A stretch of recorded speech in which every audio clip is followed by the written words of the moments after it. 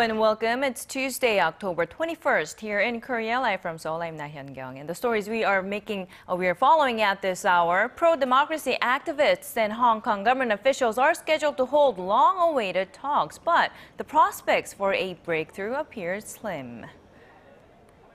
And prospects also are slim for high-level inter-Korean talks. Pyongyang still has not responded to Seoul's proposal to hold the talks on October 30th. The 2014 telecom conference in Busan is going strong. Korean officials discuss ushering in fifth-generation mobile communications by the year 2020. And we begin in Hong Kong. Pro-democracy protest leaders and Hong Kong government officials are scheduled to resume their official talks in about 5 hours. Ahead of the televised dialogue, the region's high court granted injunctions to disperse protesters in parts of the city, which Hong Kong police say is at a dangerous juncture. Here's our Kim Min-ji with more.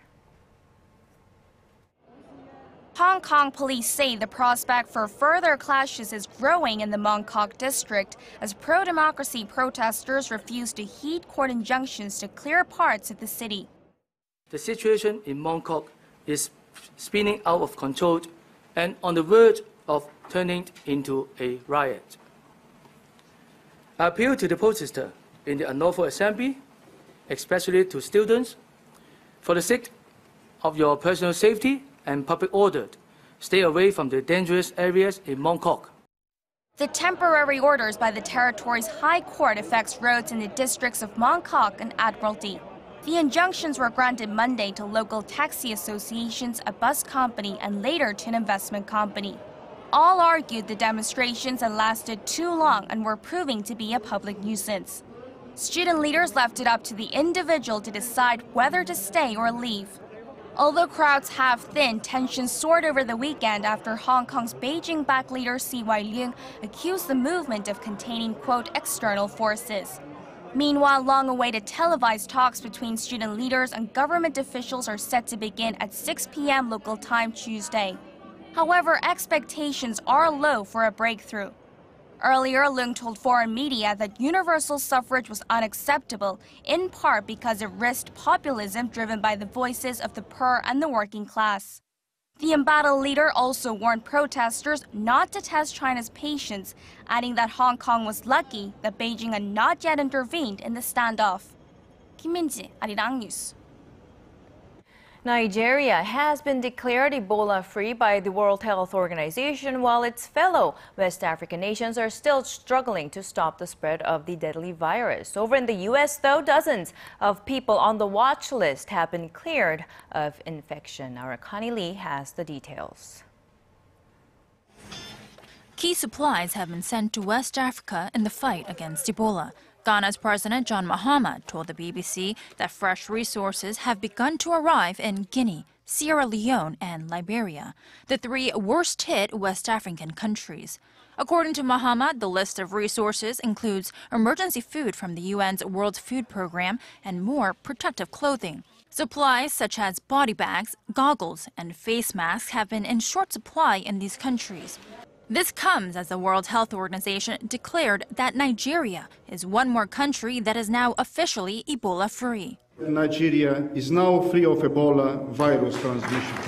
Just last week, Senegal also declared it was free of the virus. This is a spectacular success story that shows to the world that Ebola can be contained. But we must be clear that we only won a battle. The war will only end when West Africa is also declared free of Ebola. In other hopeful news, 43 people in the U.S. who came into contact with Ebola victim Thomas Duncan have now been officially cleared of the virus after not demonstrating any symptoms during a 21-day monitoring period. In Spain, a nurse who had contracted Ebola is also free of the virus.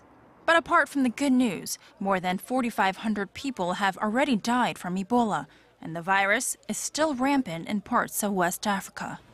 Connie Lee, ARIRANG News. And Korea will lend a helping hand in the fight against Ebola by sending a group of medics to West Africa sometime in November. The government says an advanced team of medics will be dispatched to 2 West African nations, most likely Liberia and Sierra Leone. The group will review safety plans for dispatching future medical teams, which will be recruited via the internet. About 10 people will be selected based on their expertise, and they are expected to spend about 2 to 3 months in the region. The decision is sparking quite a controversy in the country, though, with opposition parties and some in the medical community expressing concerns that Korea is not fully prepared in treating Ebola. And turning next to the Middle East, where fierce fighting has reignited north of Kobani. Now that's where a month-long battle for control between Kurdish forces and Islamic State fighters has been ongoing. Loud explosions, small arms fire, and coalition airstrikes were heard as night fell on Monday. In an unprecedented move, the Turkish government announced that it would grant a safe passage to the Iraqi Kurds on its side of the border to join the fight in Syria. The development, of course, comes amid the U.S.-led coalition fight against Islamic State militants in Syria and Iraq. And speaking of the U.S., Washington is under fire after a report found that the U.S. government had paid out millions of dollars in Social Security to dozens of suspected Nazi war criminals forced out of the country. A senior House Democrat is demanding an investigation after the Associated Press reported that a legal loophole had allowed the payments funneled using taxpayer money.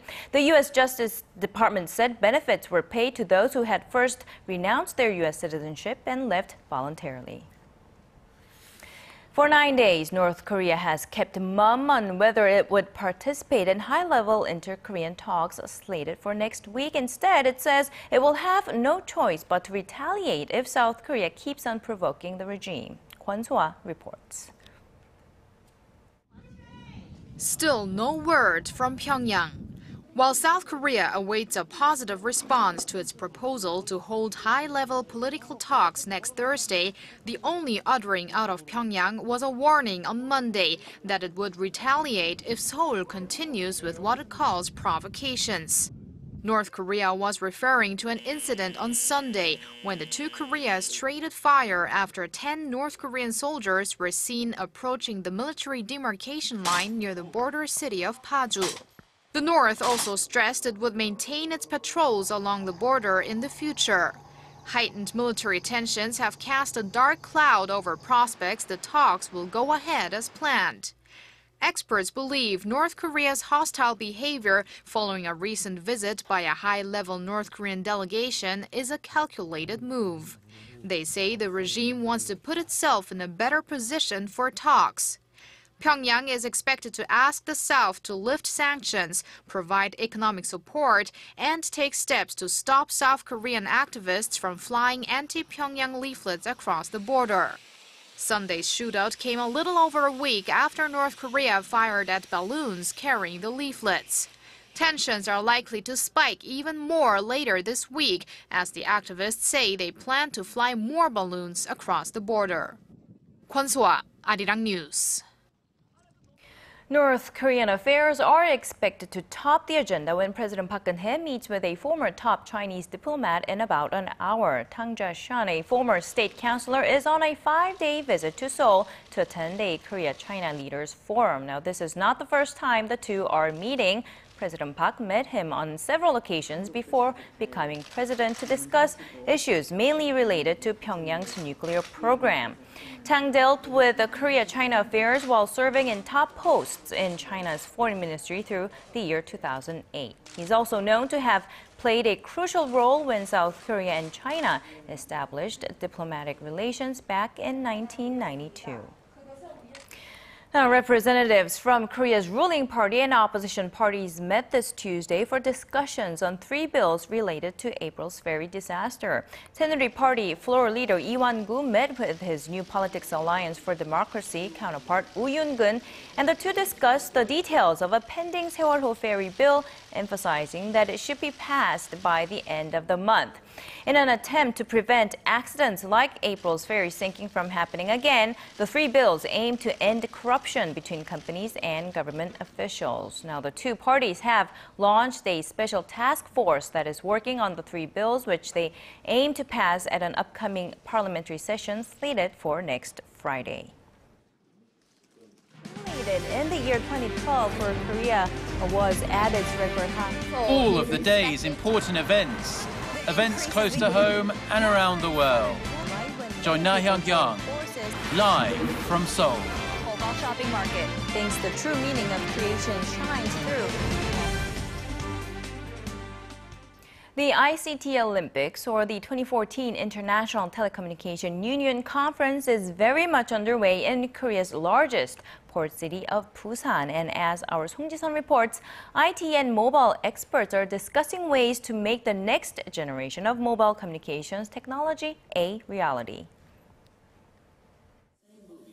In a little over 5 years' time, when 5G technologies are fully commercialized, people will be able to download a high-definition movie in less than 1 second. The fifth generation of mobile communications technology is several hundred times faster than its predecessor LTE, as the giga-level data rate is now a reality. In the early years of 2020, will feature approximately 6 gigabits per second peak data rate and may eventually reach up to tens of gigabits per second. However, what is more important than the peak data rate, we think, is the minimum data rate experienced by the users. That threshold will be maintaining a minimum data rate of 1 gigabit per second. But Samsung recently succeeded in establishing a 1.2 gigabit per second data rate on a vehicle that was traveling at 100 kilometers an hour. So we're inching closer to realizing the next generation of mobile technology, something that will connect all individuals and things, also known as Internet of Things. When 5G technologies launch in 2020, everyone will be connected. Every object will be connected to each other, and objects and individuals will be connected. It will be an ultra-connected world, which will mark the beginning of an entirely different paradigm for ICTs. The Korean government aims to test its 5G technologies at the 2018 Pyeongchang Winter Olympic Games. Seoul says the sporting event will be a global testbed for the technology we can expect to see in the post-2020 era. Song Ji-sun, ARIRANG News, Busan. Beating Wall Street forecasts, Apple has announced the record figures for its fiscal fourth quarter, which ended on September 27th. Now, sales of its signature iPhone and iMac computers have pushed the company's revenue and profits up. Kim Hyun-bin has this report. Apple's fourth quarter earnings have smashed expectations on the back of strong iPhone sales. The company posted $42.1 billion in sales and a net profit of $8.5 billion. Apple sold 39.3 million iPhones in the quarter, the first that the new iPhone 6 and iPhone 6 Plus were on sale. That's well above what analysts were expecting and 16% higher than the same period last year. Apple's $1.42 per share profit also exceeded analysts' prediction of $1.31 per share. Apple sold a record 5.5 million iMac computers, up more than 20% from the same quarter in 2013. The only black mark in an otherwise glowing report was its flagging iPad line. iPad sales were down 13% from the previous year for a third successive quarter of decline. Sales of the iPhone, on the other hand, have steadily increased, even though smartphone sales have declined in developed markets such as the US and Europe. The larger screen iPhone 6 and 6 Plus got a strong reaction early on, with the company selling 10 million smartphones in the opening week, up 1 million from last year.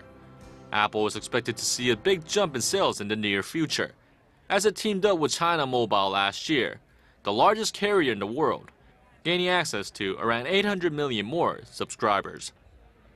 Kim Hyun-bin, ARIRANG News.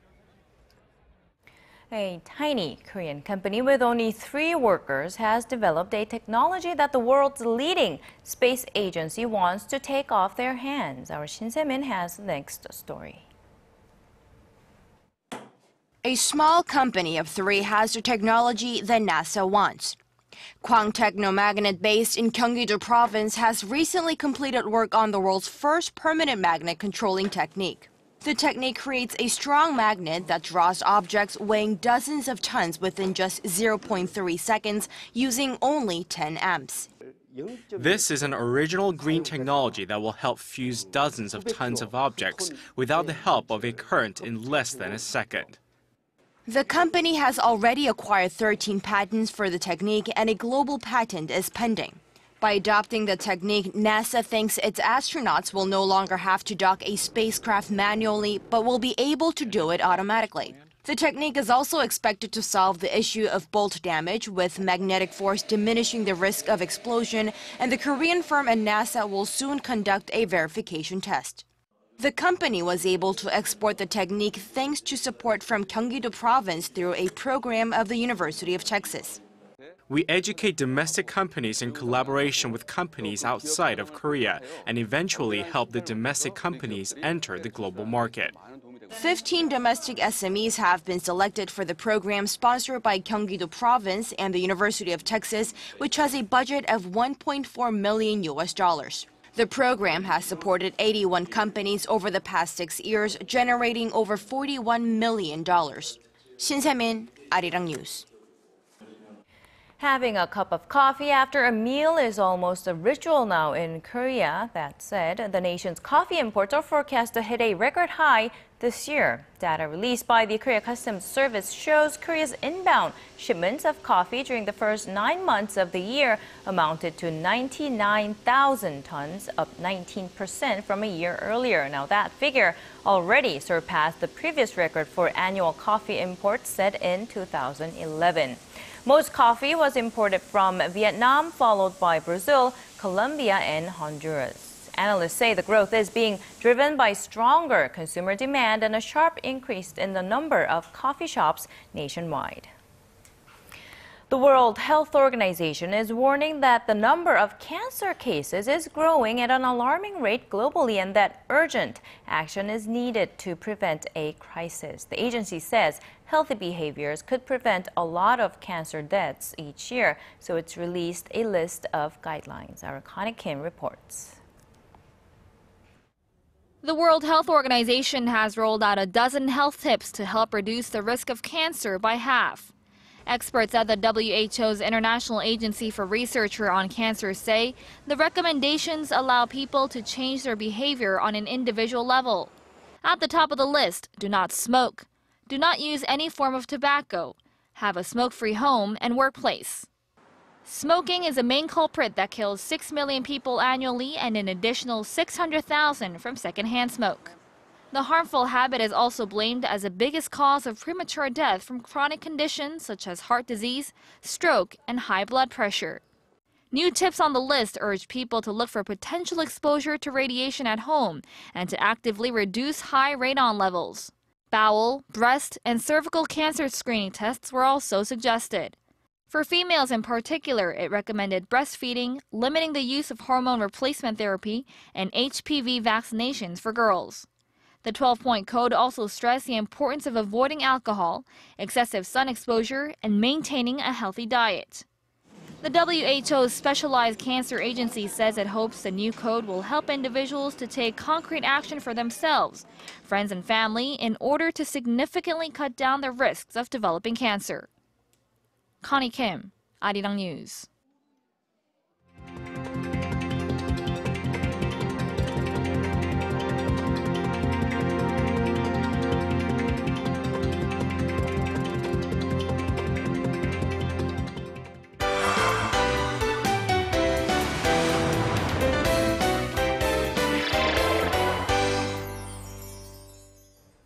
Last week, we talked about the return of some of the most popular 90s legends, and today we are going to focus on perhaps the biggest artists from the decade. Our Im Hyun-hee joins me for more. Good afternoon, That's Hyun-hee. right. And why do I have a feeling that I know who you're going to talk about? Right, so the most influential artist Right. from that era, Seo Tae-ji, right? So a name that speaks for itself. He's been dated as some of the one of the most influential artists from the 90s, a very popular era. And like other artists from that time period, he's decided to make a comeback. Take a look. A singer, musician, and songwriter who changed the Korean music industry in the 90s, Seo Tae-ji has been dubbed by some as the president of culture, as his work has led to some of the biggest contributions to the development of Korean pop culture. It's been over 5 years since he's released a full solo album, and now, to the excitement of many fans, the legend is back from his hiatus with his 9th album, Quiet Night. As far as being mystical is concerned, I've always kept creating music, and my desire to express myself through music has never changed. The album's lead track, Christmas Malo Win, was also the theme of his comeback concert that took place just last weekend. A concert that blew fans away with its stage production, but of course, in the end, it was all about the music. Some see my music as social commentary. For example, Santa was portrayed as a bad person, but some saw him as a man of power or as a bad boss. And it's this variation in interpretation that the artist wants to see. The new album contains a mix of electronica and rock, as well as fun throwbacks to pop music. And this time, the artist has cited his family as a source of inspiration. This time, my muse is my daughter. I've been inspired by my offspring, and that shows in my music. Seo Tae-ji is a name that will forever be known in Korean pop music. And though it's been over 20 years since the artist first made his debut, he shows that he's not done with the industry quite yet. So Seo Tae-ji was, and he still is, a very influential figure in Korea. And he used to be a very quiet person, but this time around it looks like he's really making the effort to connect with his fans. Right, so he really in the past has been described as media shy, really kind of staying away, staying very private. But he recently held a press conference, and at the press conference he stated very boldly that his family has really been a huge source of inspiration and support. And so just last year he married actress Lee Eun-sung, and he had a daughter just this past August. And really you can see he's got sort of second wind, a sort of second energy to go with his new creations. So he's become a family man now. Exactly. Right. So he also had a concert this past Saturday, if I'm not mistaken. Right, a very big concert, sold out tickets. They said this ticket sold out almost instantly. But really with this concert, people were saying that it was incredible in terms of stage production. So people who went, they said that there were a lot of money, a lot of effort really went into the production as a whole. So in fact, the sound system designer Paul Baumann, who has worked with Madonna and Radiohead, actually contributed to this production. So you can really see the quality of it. And really, all the fans were really excited to see Seo Tae-ji. He performed 19 songs in 90 minutes. So really was on fire that night. Yes, 19 songs in 90 minutes, on fire that night. They thought he was going to go all night long. All right, so tell us about more about the album, the comeback album. I know Sogyokdong, that has been making headlines quite a bit with IU featuring. He did have a collaboration with her, but the album was released yesterday. It features 9 tracks, including the Sogyokdong, and along with the album's title is Quiet Night. And so we'll see how it's received so far. But people said it's really a blend of sort of electronica along with experimental rock, and so kind of just a mixture of different music. But in the end, you really can hear vocals of Seo Tae-ji and really just feel his power, his emotion through the entire album. Right, and he did make clear that he wants to create now songs that can really talk to the people, and songs that anybody and everybody can listen to and enjoy. He really does want to connect, right? Right, look forward to his activities now. Thank you very much, Yoon-hee, for today's report.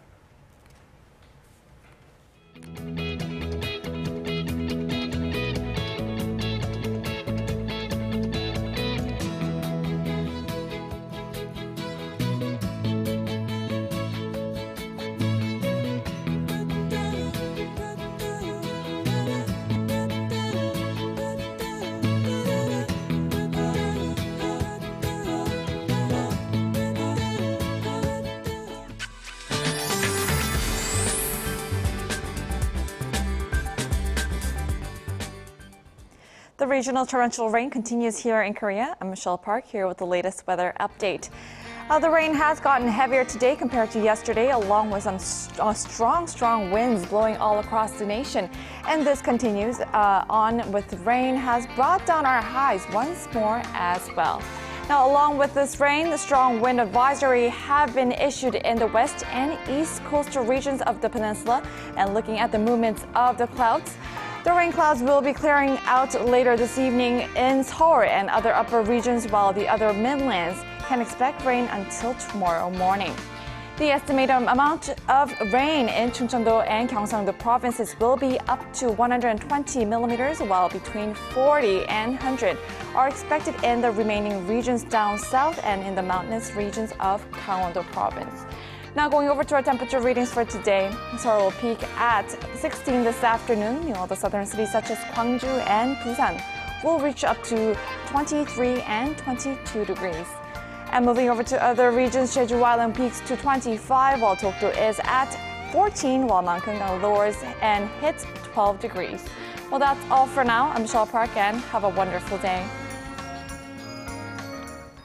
And that's all we have for now. We'll be back in about 90 minutes at 4 p.m. Korea time. Thank you for watching.